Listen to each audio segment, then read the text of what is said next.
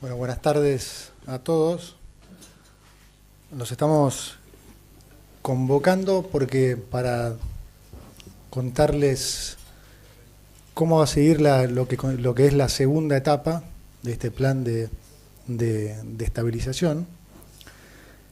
Pero déjenme entonces, como siempre, arrancar un poco contando la historia recibida, porque esto siempre pone de alguna manera en perspectiva lo que podría haber pasado y la situación en la que estamos hoy. Como ya ha dicho muchas veces el presidente, hemos heredado la peor herencia de la historia, lo peor de las últimas 3 crisis, del Rodrigazo, de las hiperinflaciones del 89-90 y de la salida de la convertibilidad, ¿no? Piensen que de vuelta en cada una de esas situaciones se terminó en crisis. En este caso le damos la combinación de esas 3 y se pudo evitar la crisis. Es decir, recibimos un paciente literalmente en terapia intensiva y hoy, digamos, estamos en una situación ya claramente de recuperación.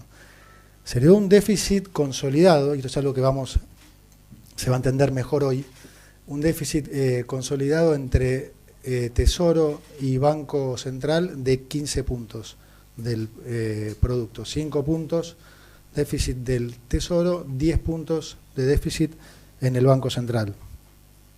Reservas netas negativas por 11.200 millones de dólares. Esto, para que la gente entienda, quiere decir que no es que ya el Banco Central no tenía dólares propios, sino que incluso se habían vendido los dólares de los depósitos de la gente. Además, enfrentábamos vencimientos inmediatos con el Fondo Monetario Internacional en diciembre mismo y con el mercado en los primeros días de enero, por lo cual también recibimos el país virtualmente en default con el fondo y con el mercado. Además, había una deuda con los importadores de 60.000 millones de dólares. Esa deuda con los importadores generaba un problema adicional, que es que estaba rota la cadena de suministro de proveedores del exterior con los importadores, lo que generaba una mucha mayor incertidumbre al momento de formar precios, porque claramente no se sabía el valor de reposición, lo que alimentaba mucho más la probabilidad de una hiperinflación. No es entonces, digamos, una casualidad que el 85% de la gente esperaba una hiperinflación, producto de todos estos desequilibrios. Además, teníamos una inflación por encima del 200% anual, particularmente en diciembre. La inflación arrancó en el 1% diario, la semana siguiente llegó al 1,5% diario, y como siempre dice el presidente, si tenemos en cuenta la inflación mayorista de diciembre, que fue del 54%, eso daba un anualizado de 17.600. Y todo esto con la mayoría de los precios en la economía, como se dice, pisados: dólar, combustibles, tarifa, alimentos, y sobre todo un enorme, como digo, desbalance en el mercado de dinero entre la oferta y la demanda de pesos. Había 3 bases monetarias en pasivos remunerados, para que la gente entienda lo que eran antes las LEVAX, después fueron LELIX y ahora son pases. Esa fue la situación que se heredó y que claramente requería un programa de shock. Y eso fue lo que hicimos, un programa fundamentalmente basado en una muy fuerte ancla fiscal, ¿no? Fuimos a equilibrio fiscal desde el día 1, algo inédito, porque recuerden que esos 5 puntos de déficit se especulaba con que de ninguna manera podían cerrarse, tal vez 1 o 2 puntos en el mediano plazo, pero definitivamente fue una gran sorpresa positiva el hecho de haber podido cerrar este déficit en el primer mes de nuestra función. Esta, como hemos explicado muchas veces, siempre fue el déficit fiscal siempre fue el corazón del problema, y por eso era muy importante que la gente entendiera este concepto, porque como dije muchas veces, siempre se le echó la culpa a las consecuencias que ha generado ese déficit fiscal. Siempre se le ha echado la culpa a la inflación, a la deuda, al dólar, y siempre se ha tratado de resolver esas consecuencias en vez de atacar el corazón del problema, que siempre ha sido el déficit fiscal. Entonces nosotros decidimos, con un enorme poder de convicción del presidente de la Nación, y un mandato de hacer esto al mismo tiempo que cuidábamos a los más vulnerables. Cosa que hemos cumplido, y como hoy bien decía también el presidente en una entrevista a la mañana, lo hemos hecho también sin generar ninguna, ninguna consecuencia arbitraria negativa contra la sociedad. Es decir, no se hizo ningún plan Bonex como se esperaba, no se generó ninguna crisis para poder tener una recuperación después más sencilla, no se violaron contratos, todo se hizo, digamos, dentro de las condiciones de normalidad. Esto es, como digo, muy importante tenerlo en cuenta, porque es el corazón de cómo nosotros pensamos. Ahora bien, como dije, estamos acá porque estamos ya en lo que nosotros consideramos lo que sería la segunda etapa de este plan de estabilización, que consiste esencialmente en ir a emisión. No voy a decir cero, después el presidente del Banco Central lo va a explicar bien, a cerrar la segunda canilla de emisión. Recuerden que tenemos 3 canillas de emisión monetaria. Una es el déficit fiscal, la segunda son los intereses que el Banco Central paga por esos famosos pasivos remunerados, LEVAX, LELIX, PASES, y el tercero es cuando el Banco Central compra dólares, que digamos que es el único efecto, si se quiere, de emisión que no es dañino, porque de alguna manera está siendo compensado por mayor acumulación de reservas. Entonces, en la primera etapa se cerró la canilla de la emisión de dinero por déficit fiscal, algo de lo cual se abusó enormemente durante el gobierno pasado, ¿no? Y que generó todo este desbalance y esta inflación que hemos visto y que estamos viendo. En esta segunda etapa, entonces, estamos cerrando el grifo de lo que es el segundo canal de emisión, que es los intereses que el Banco Central paga por los pasivos remunerados. Santiago después va a explicar este proceso en mucho más detalle. Y esto, digamos, ¿por qué lo estamos haciendo? Porque queremos dar mayor certidumbre y mayor solidez aún al programa económico, para que de alguna manera deje de haber ansiedad con respecto a cuándo va a ser la salida del cepo cambiario. Alguno dirá, se están enamorando del cepo. No ese es el caso. Lo que nos hemos enamorado es del orden macroeconómico.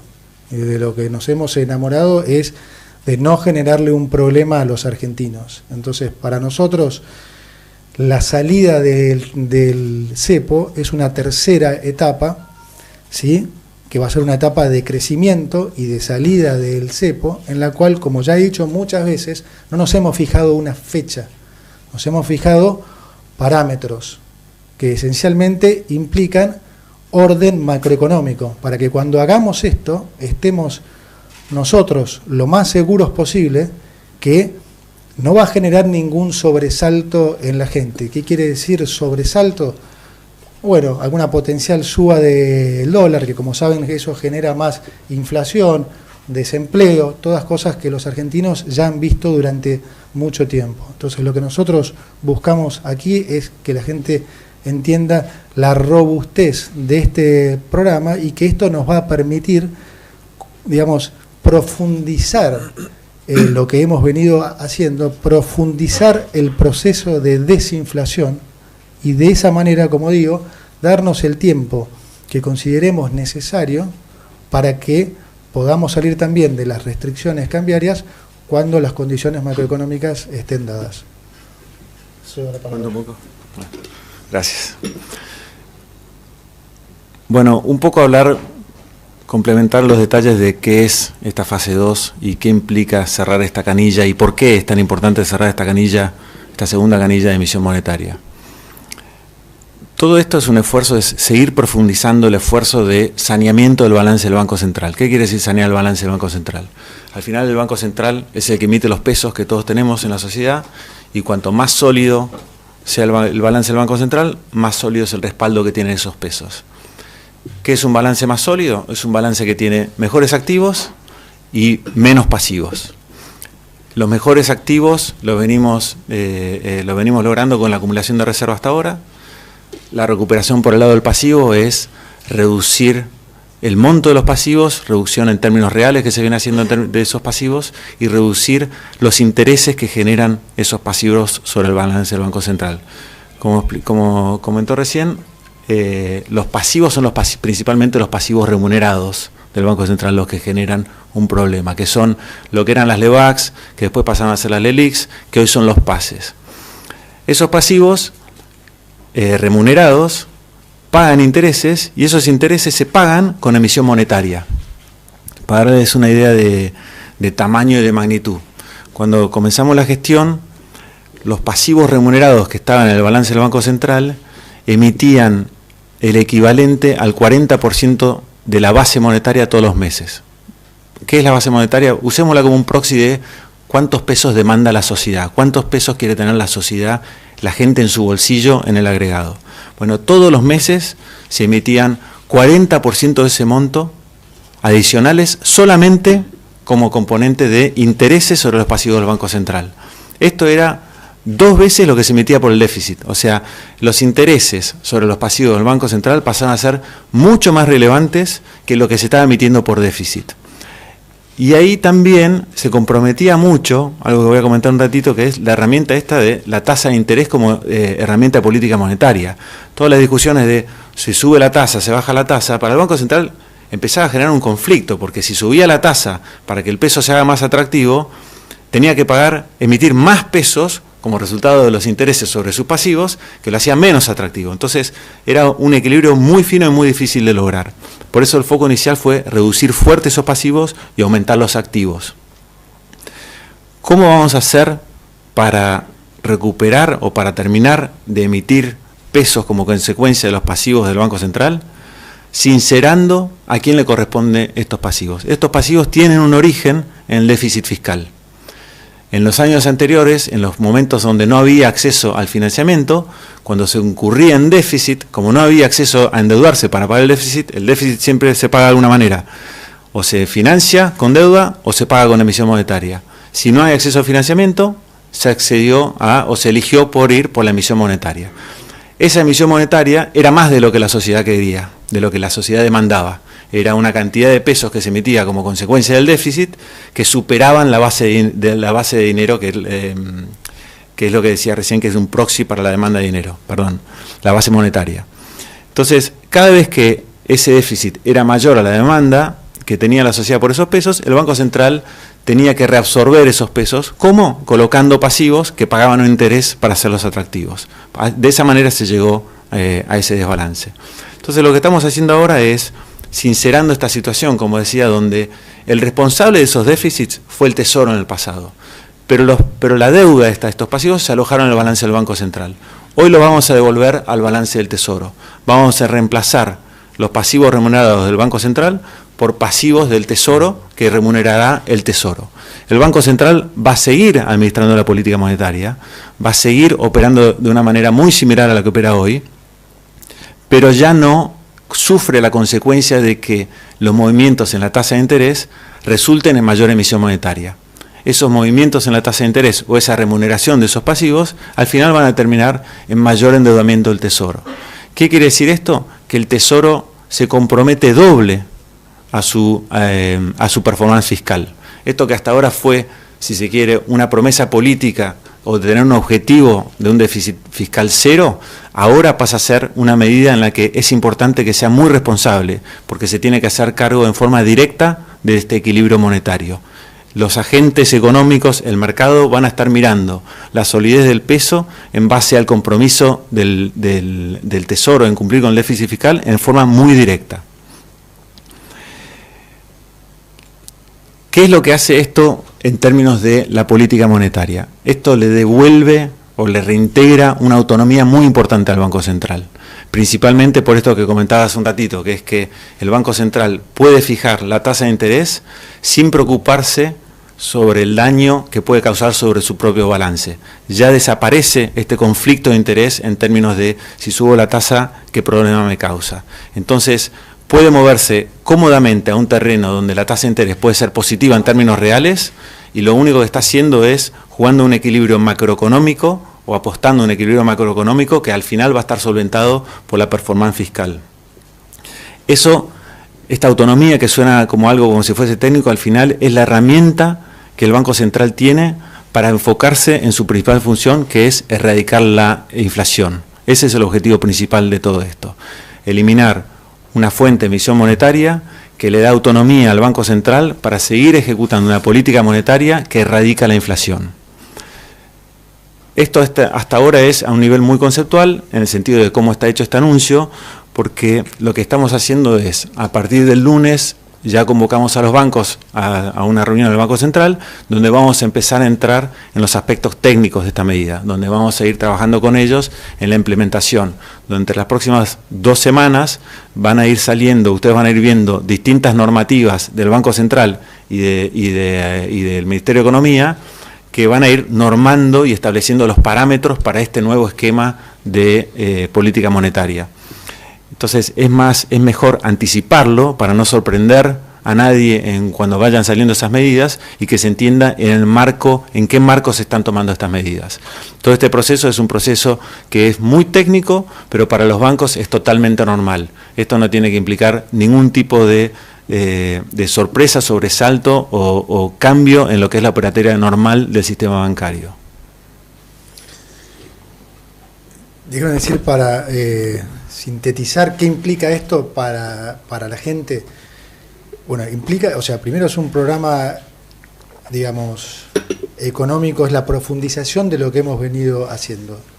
Deriva entonces en un programa económico realmente robusto. O sea, estamos en un programa en el que estamos en déficit cero y emisión cero. ¿Qué implica este tema de que sea emisión cero de vuelta para la gente? Implica menor problema cambiario, ¿sí? Al estar fija la cantidad de pesos, disminuye enormemente la volatilidad cambiaria, porque digamos al estar fija la cantidad de pesos, en la medida que ingresan dólares a la economía, cada vez esa relación se hace mucho más estable, ¿sí? Y segundo, contribuye fuertemente al proceso que ya estamos viendo y que está sorprendiendo a muchos de desinflación.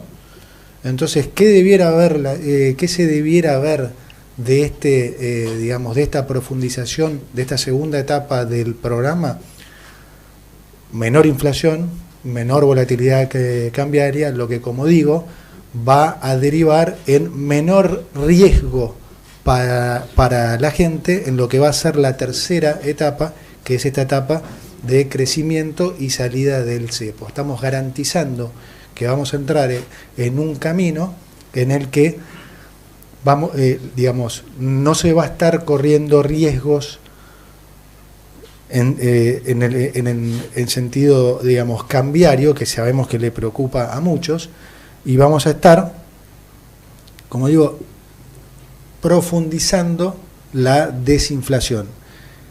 Y al mismo tiempo, haciendo esto, sin la necesidad de querer hacer una salida de cepo, como hemos visto, como han opinado muchos, que no hay problema en que se piense así, pero sin hacerle correr ningún riesgo a la gente. O sea, cuando se cumplan las condiciones macroeconómicas necesarias, haremos esa movida. Escuchamos preguntas. Respondemos. Buenas tardes, Liliana Franco, acá Liliana Franco de Ámbito Financiero. Usted, el ministro Caputo, planteó que van a establecer parámetros para lograr la salida del cepo. Infiero que algunos parámetros son metas inflacionarias y también meta de acumulación de reservas. Si pudiera precisar un poco las características de esos parámetros. Y para el titular del Banco Central, Bausili, preguntarle lo que usted definió para el tema del sinceramiento, ¿va a ser a través de bonos? ¿Ya han conversado con los bancos? Muchas gracias. ¿Voy yo primero? ¿Sí?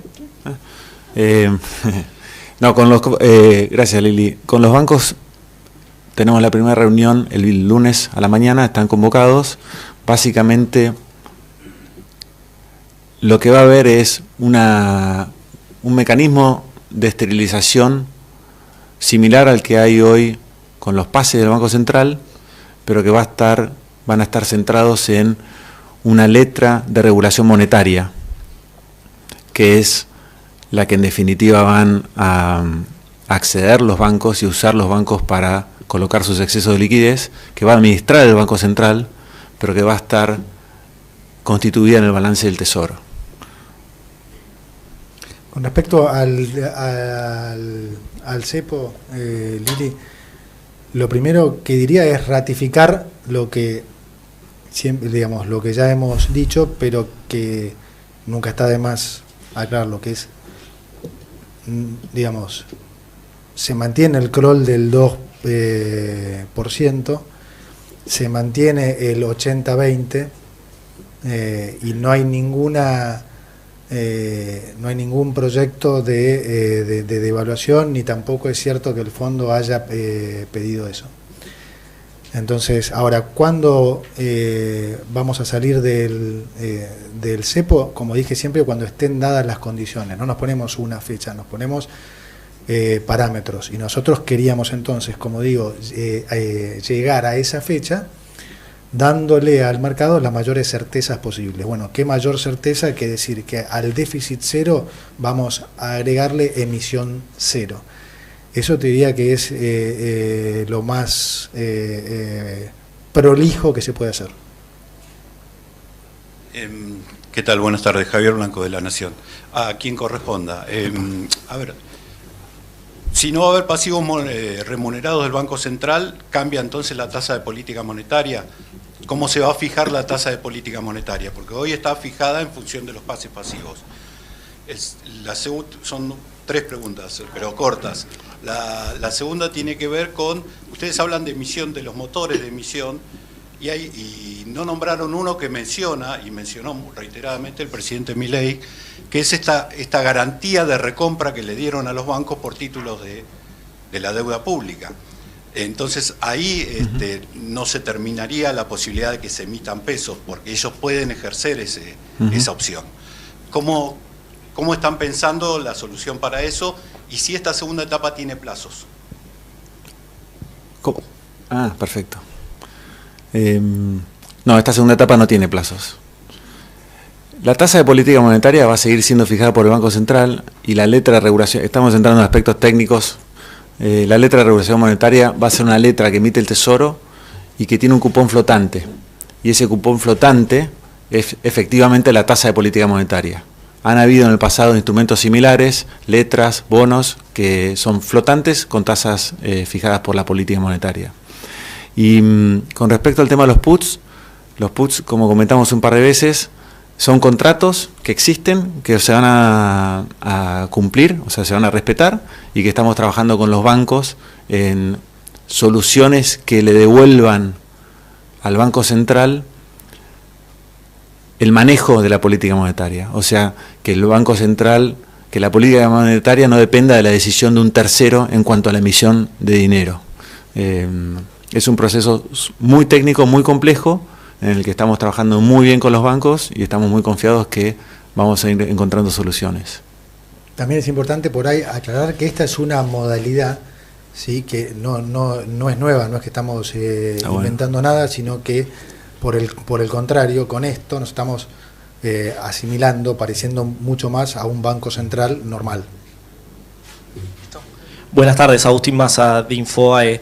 Les consulto, por un lado, si ustedes van a pedir que ahora los bancos suscriban a letras a más largo plazo, si ahí no va a haber un descalce entre lo que se está pagando a los ahorristas y un poco lo que paga el Banco Central, que es a un día, si se va a ir a tasa positiva para los plazos fijos, si hay algún plazo en esto, y un poco la preocupación del mercado por estos días, que es las ventas de reservas del Banco Central. Buenísimo. Que junio fue el primer mes que terminaba en negativo y bueno, empezó a haber una cobertura de liquidez. ¿Qué es lo que tienen previsto para el segundo semestre? Gracias. Bueno, primera pregunta, no vamos a pedir ningún plazo. O sea, acá las transacciones que se hacen en el mercado financiero se hacen a término de mercado y el Banco Central continúa administrando el plazo de un día a través de la tasa de política monetaria y el resto de la conformación de la curva de instrumentos financieros quedan bajo responsabilidad del Tesoro, que los usa principalmente como financiamiento de sus vencimientos de deuda porque ya no tiene déficit. Las tasas de interés tienen mucho más espacio y es mucho más razonable pensar que van a ir a terreno positivo en términos reales. Pero yo solo puedo hablar de la tasa de interés de la política monetaria. El resto de las tasas de interés se fijan por los mecanismos normales de funcionamiento del mercado y de la economía. Y entonces, cuándo la tasa de interés de los plazos fijos va a ir a terreno positivo o no, en términos reales, es algo que se va a ir determinando según la dinámica del mercado. Es razonable creer que eso va a ir hacia ese sendero a medida que siga creciendo el crédito privado, a medida que siga creciendo la economía y que los bancos vuelvan a su negocio tradicional de intermediación financiera. Y por último, qué buena la pregunta de las reservas, porque es algo que da vueltas bastante, genera algo de ansiedad. El movimiento de las reservas en Argentina todavía, con la alta dependencia que hay del sector agropecuario, es muy estacional. Es tan estacional que en la época de cosecha es muy típico que se acumulen reservas y en el invierno es muy típico que se pierdan reservas. Eso, para aquellos que leyeron las revisiones de acuerdo con el fondo, ahí se incluyen metas de reservas trimestrales y se ve perfectamente que en nuestro programa, ya en diciembre y acentuado en la revisión de marzo, se contemplaba que a partir de junio hasta septiembre se pierden reservas. Es lo que pasa prácticamente todos los años en Argentina. Y en el último trimestre se recuperan. De hecho, de acá a septiembre se debieran perder, dentro de lo que es el programa estipulado, 3.000 millones de dólares. A veces 4.000, a veces 2.000. Pero eso es lo totalmente normal. Que junio haya terminado donde terminó, creo que terminó menos 54 millones, o sea, prácticamente cero, y no un poco más positivo, es solamente consecuencia de que este invierno se adelantó. El mayo fue el mayo más frío que hay en registro. Y eso hace que importemos más gas para calefaccionar en estos meses del año. Si junio viene más leve o julio viene más leve, puede ser que eso amengue un poco. Pero no es sorpresa, es lo que se espera, es lo que anticipamos y es lo que anticipábamos en el diseño original de diciembre del año pasado. Perdón, sí. La primera pregunta era sobre el posible descalce entre los depósitos de los ahorristas y ustedes están viendo a los bancos que suscriban a letras a más largo plazo. Está buena la pregunta. No le pedimos nada a nadie. Los bancos naturalmente tienen un negocio de descalce. Es la forma en que los bancos en el mundo generan un retorno. Se fondean a corto plazo con los depósitos de la gente y prestan a veces a hipotecas, a veces a créditos prendarios, a veces a créditos personales. Por lo general hay un descalce. Es raro que la gente haga depósitos en los bancos a 25 años y existen hipotecas a 25 años. Acá los bancos tienen opciones para elegir. Típicamente lo natural no es que se coloquen a tasa del Banco Central a un día. Típicamente los sistemas financieros en el mundo están calzados en liquidez o están cortos de liquidez. Van al Banco Central para pedir liquidez. Nosotros sufrimos todavía una anomalía como consecuencia de los déficits fiscales del pasado que se financiaron con emisión monetaria, que nuestro sistema está sobrecargado en liquidez. A medida que rebuscamos las fuentes de emisión de monetaria, eso se debería ir normalizando. Voy a hacer un número de comparación. Hoy la base amplia, quiere decir los pasivos del Banco Central en pesos, constituidos por el circulante, más los pases, los pasivos remunerados, son aproximadamente 8 puntos del PBI. En 2015 al 2018 era entre 8 y 9 puntos del PBI solamente la base monetaria. Si la demanda de dinero aumentase en Argentina de modo tal que se fuese a los niveles donde tradicionalmente estaba, entre 8 y 9 puntos del PBI, solo por esa transición desaparecerían los pasivos remunerados del Banco Central. En ese caso el sistema estaría equilibrado en su liquidez y los bancos no vendrían al Banco Central a depositar sus excedentes de liquidez en la ventanilla de pases o en los instrumentos, en las letras de regulación monetaria, sino que estarían todo el tiempo pidiéndole al Banco Central liquidez como pasa en otros países del mundo. Y para complementar lo que dijo el presidente del Banco Central, lo que nosotros más buscamos de los bancos es que vuelvan a trabajar como bancos. Por eso el déficit cero y por eso también digamos, ánimo por esta desesperación por bajar la inflación lo más pronto posible, porque sabemos que eso regenera el crédito, que es lo que necesita el país para crecer. Muy difícil que el país crezca sin crédito y es muy difícil que un país tenga crédito con inflaciones del 15-20% mensual. Entonces, digamos, venimos de 20 años en que los bancos lo único que han hecho es tomar depósitos a la gente y prestárselo al sector público, ya sea al Banco Central o al Tesoro. Fíjate que tu pregunta incluso apuntaba a eso. Estamos tan acostumbrados a eso que ya ni nos imaginamos que los bancos en realidad deberían ser bancos y prestarle al sector privado. Entonces, a eso es a lo que estamos apuntando. Buenas tardes, Santiago Espaltro de Clarín. Les quería preguntar, ahora que el paquete fiscal está aprobado por el Congreso, si van a bajar el impuesto país y cuándo, y respecto al programa con el Fondo Monetario, si tienen algún plazo y cuántos dólares buscan. Sí, el impuesto país lo vamos a bajar, como dijimos, yo lo dije desde el día 1, que era un impuesto provisorio.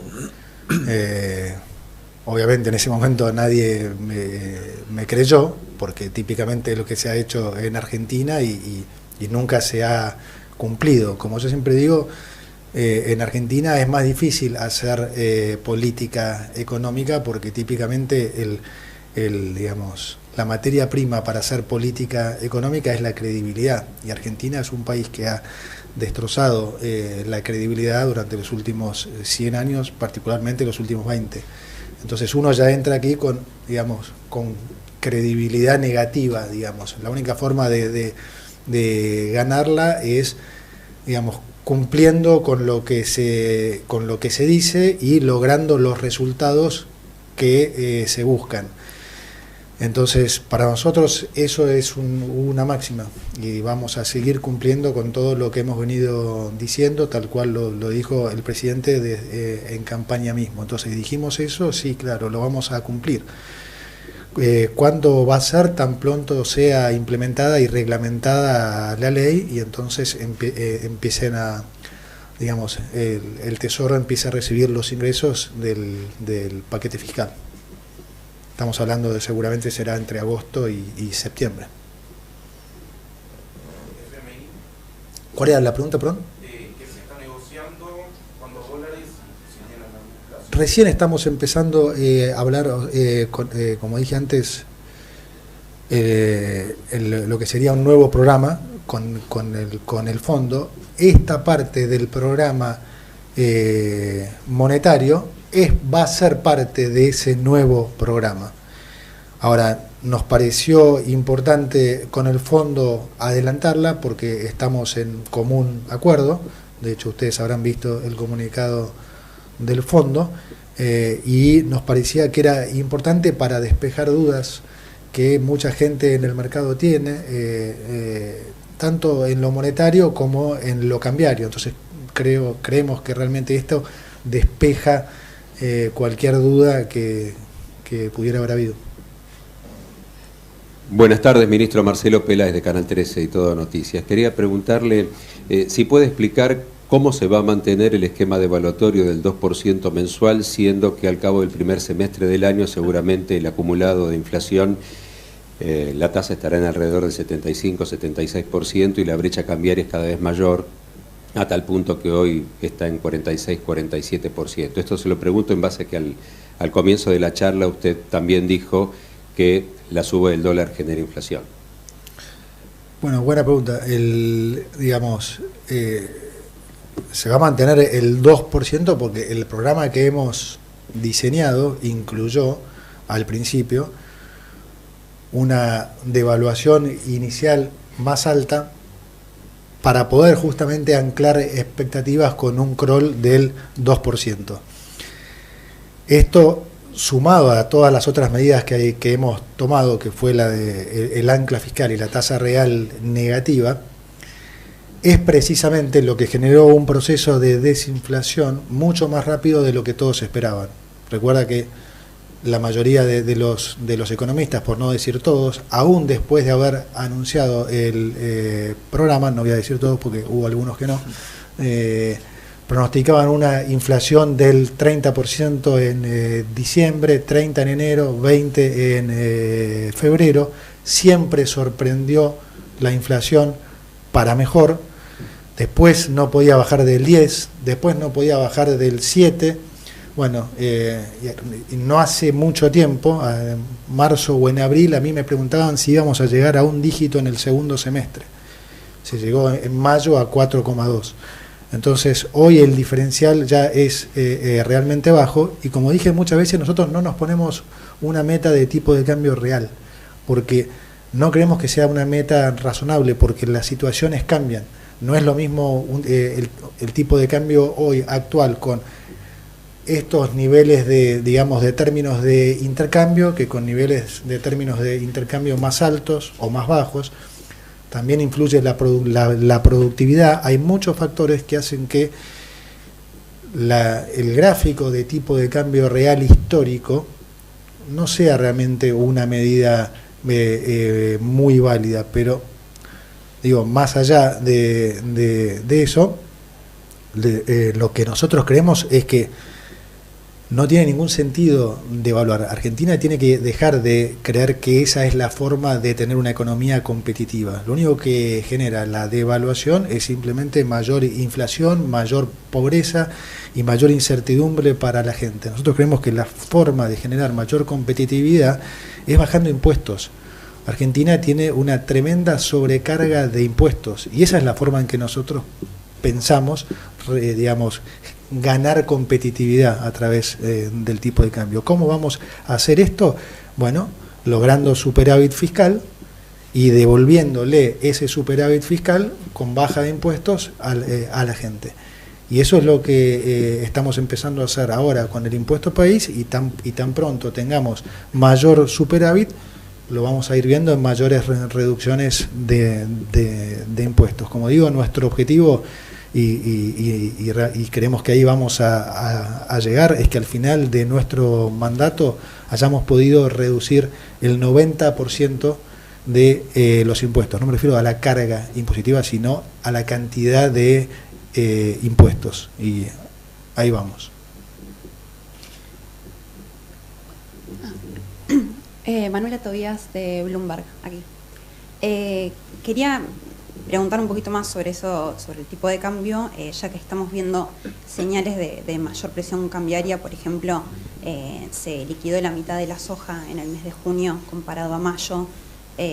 También, como ya se mencionó, el aumento de ventas en el Banco Central, de reservas y el tipo de cambio paralelo. ¿Qué piensan hacer para cambiar esas expectativas?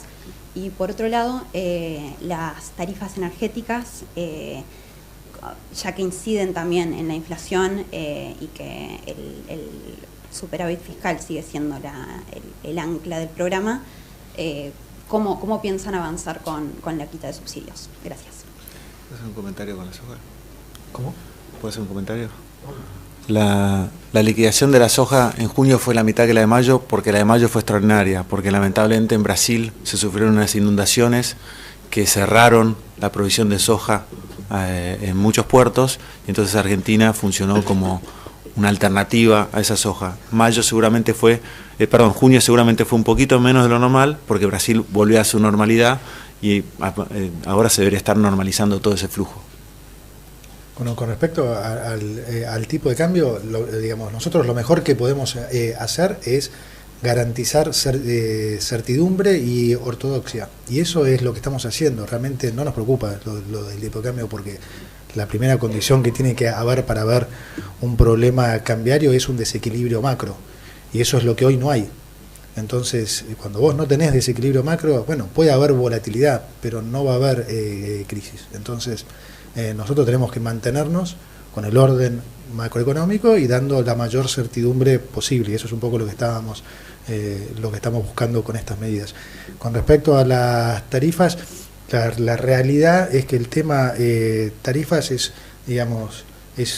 lo decidimos mes a mes, porque es un equilibrio es una sintonía entre el equilibrio fiscal y el bolsillo de la gente. Esa es la realidad.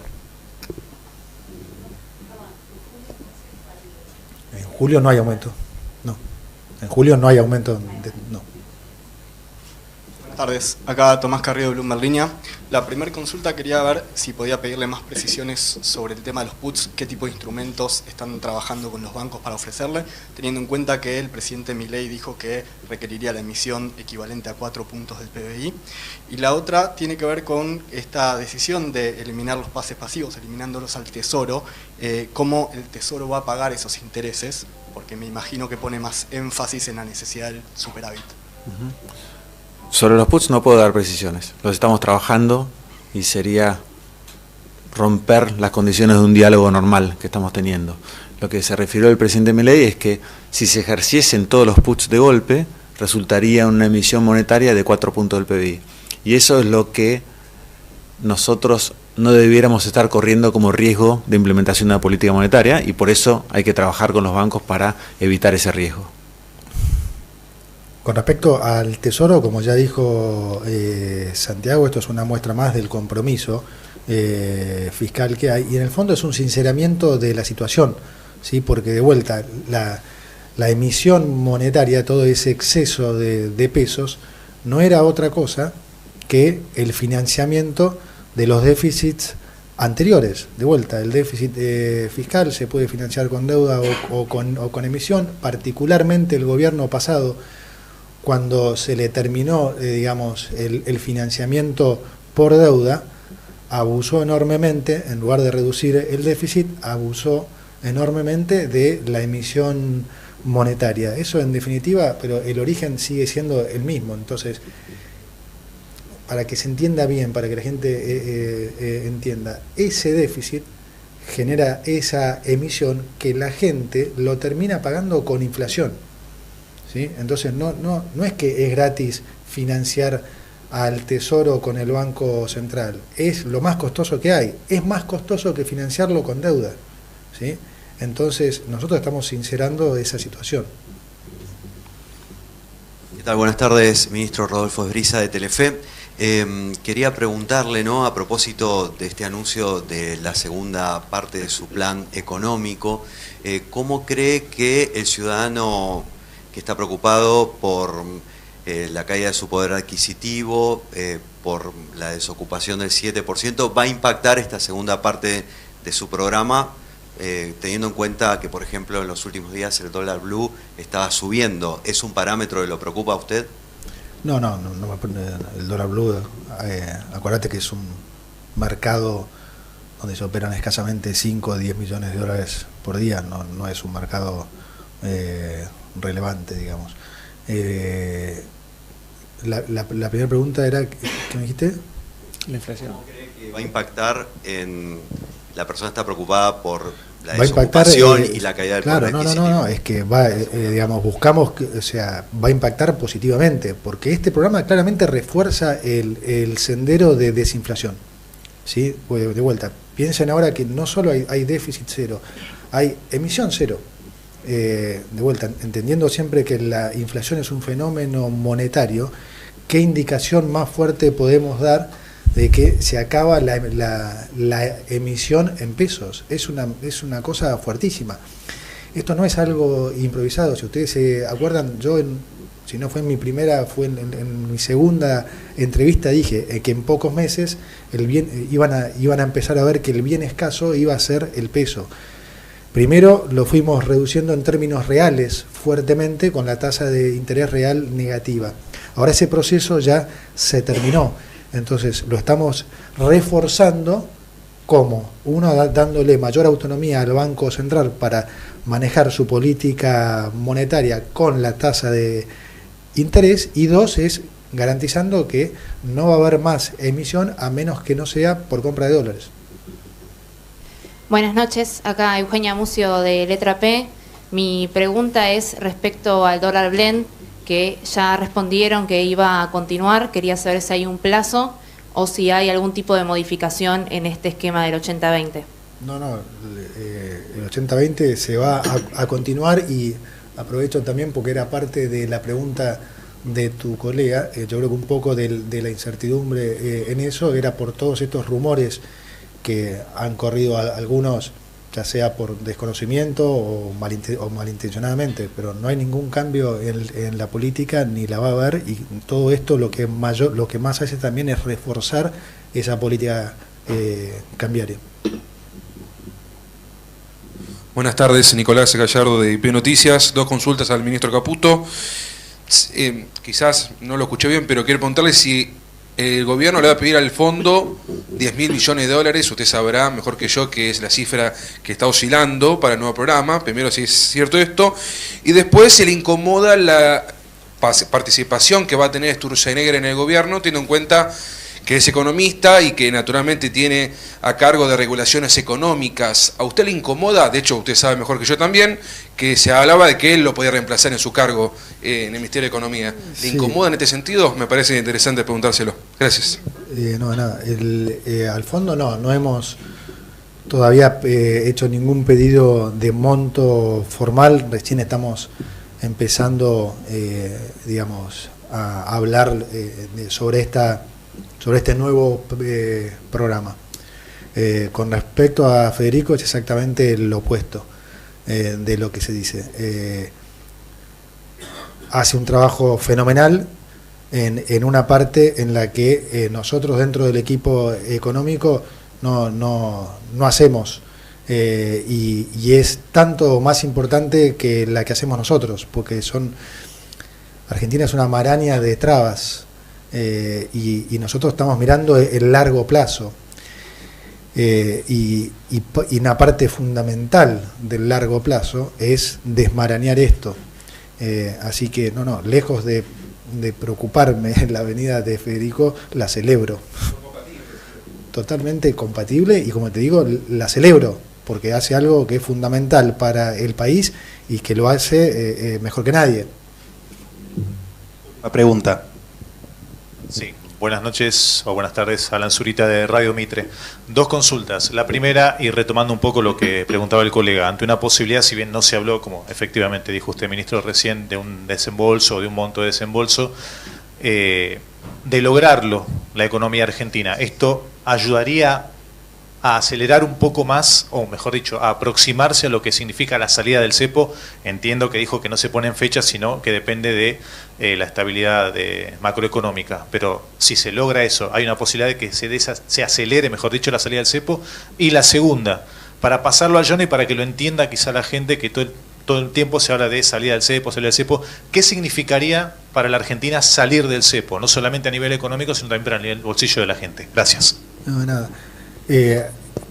Sí, digamos, claramente está dentro de las condiciones que nosotros buscamos para salir del cepo, que haya un mayor respaldo entre la cantidad de pesos y la cantidad de dólares.